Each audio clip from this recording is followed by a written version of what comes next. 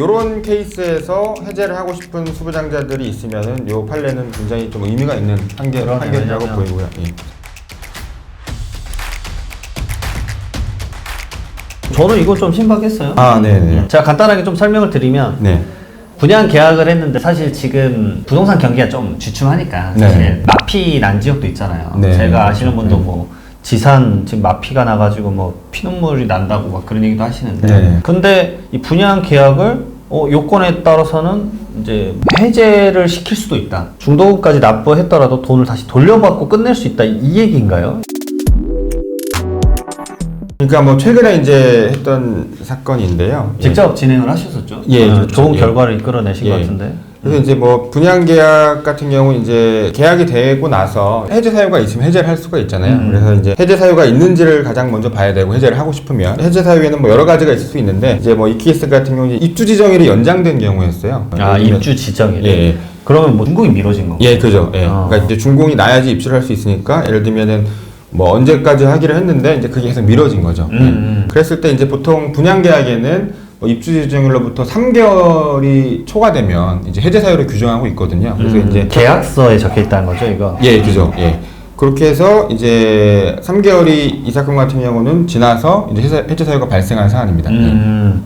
결국은 그 계약서 형태가 공급 계약서죠. 예, 그죠. 예. 우리에게 상당히 공급을 이제 분양자분들에게는 수분양자라고 하나요? 네. 불리한 조건이 많을 거라고 생각되는데 예, 예. 결국 이런 이제 케이스가 있다라는 얘기네요.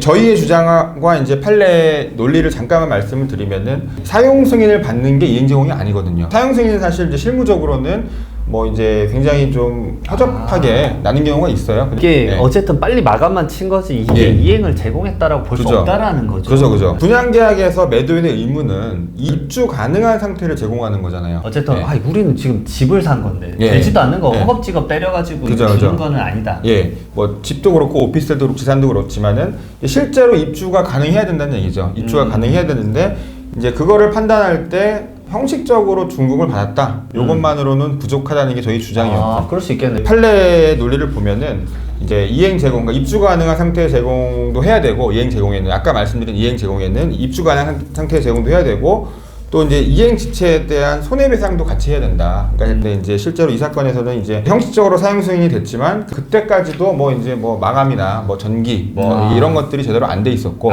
그랬군요. 예. 그리고 또 이제 판례가 제시한 또 하나의 이제 논리는 이제 약정해제 사유. 이렇게 3개월이 초과됐다. 이런 약정해제 사유가 발생한 이상 이행 제공한 상태를 제공했다고 해도 예를 들면 뭐 아까 말씀드린 그런 조건을 충족해서 했다고 해도 약정해제권이 소멸된다고 보기 어렵다. 어쨌든 예. 법은 지켜야지. 예, 그러니까- 문구는 지켜야지. 예, 그러니까 약정해제권이 소멸된다고 보면 너무 수부장한테 너무 불리한 거죠. 예, 이게 분양계약의 취지. 그렇죠. 이제 약정해제는 법에 이제 해제 사유가 있는데 약정해제라는 건 우리 계약할 때 이런 사유에는 반드시 해제를 하자. 이렇게 다시 한번 특별하게 약속한 거잖아요. 이런 취지를 고려할 때 이행 제공이 설령 있었다고 해도 약정해제권이 소멸된다고 볼 수 없다. 이런 게 이제 1심 판례의 논리였고 이렇게 해서 이제 전부 승소가 됐습니다. 일리가 있습니다. 민법 제 461조를 보면은 이제 변제 제공을 하면 이제 그때부터는 이제 채무 불이행 책임을 면하게 된다 이런 규정이 있거든요. 입주 지정일이 3개월이 초과됐잖아요. 그럼 해제 사유가 발생한 거죠. 채무 불이행이 있는 건데 요렇게 됐지만 뒤늦게라도 이제 이행 제공을 하면, 그러니까 뒤늦게라도 이행 제공을 하면은 이제 해제는 할 수 없다 이런 건데 예를 들면 이게 3개월이 지났어요. 그러면 이제 그때 바로 해제를 하면 되는데. 해제를 하기 전에 3개월이 지났지만 4개월째까지 해제를 안 하고 있는데 그때 준공이 됐어요. 예, 준공이 되거나 예를 들면 이행 제공을 했어요. 뭐 준공을 하고 이행 제공 뭐 예를 들면 다 해가지고 이제 들어와 이렇게 얘기했으면 해제는 못한다. 이게 이제 요런 취지의 뭐 얘기예요. 이제 해제가 안 된다는 입장에서는 결국은 그 본인이 해제를 하고 싶으면 빨리 움직여야 되네. 모든 뭐 이제 법률 문제가 법적 문제가 그렇죠. 할 거면 빨리빨리 해야 맞아요. 되는 건데 미리미리 준비해야 돼. 예. 그런데 이제 요 사건 같은 경우는 사실 근데 뭐 경우에 따라 좀 늦어질 수도 있는 건데 이제 그런 논리가 있었고 이제 비슷한 사건에서는 이제 예전 판례들을 보면은 이제 그런 이유로 해제가 안 된다고 본 판례들이 좀 많았어요. 어쨌든 좀 미뤄졌지만 사용 승인 나지 않았냐? 해제 안 된다. 3개월 지났어도 뭐 사용 승인 나고 뭐 대충 입주할 상태를 만들어서 제공을 했으니까 근데 그때 들어오면 되지 않냐. 뭐 한두 달 그럴 수 있지. 뭐 이런 예, 뭐 뉘앙스일 수 있네. 그런 뉘앙스일 수 있는데 그렇게 됐는데 이제 사실 이 사건에서도 이제 뭐 상대방, 그러니까 이제 뭐 시행사 얘기는 사용 승인을 받았으니까 해제는 안 된다 이런 얘기였어요. 근데 이제 예전에는 이렇게 판례가 많이 났었어요. 예전에 뭐 이제 다른 사건들을 보면은 이제 요럴 때 해제가 안 된다고 본 사건들이 많았는데 이제 요 사건에서는 이제 해제가 된다고 본 거죠. 최근에. 예. 그래서 이제 그런 면에서 저는 뭐 나름의 의미가 있는 사건이라고 생각을 하고요. 점점 그러면 어쨌든 그 수분양자분들에게 좀 더 도움을 주는 것에 판례들이 나온 거네요. 예, 그래서 뭐 이 사건은 만약에 이제 이런 케이스에서 해제를 하고 싶은 수부장자들이 있으면은 요 판례는 굉장히 좀 의미가 있는 판결이라고 왜냐면 보이고요. 예. 사실 좀 말하기 애매할 수 있지만 대형 건설사를 상대로 개인이 다투는 게 쉽지가 않잖아요. 예, 그죠.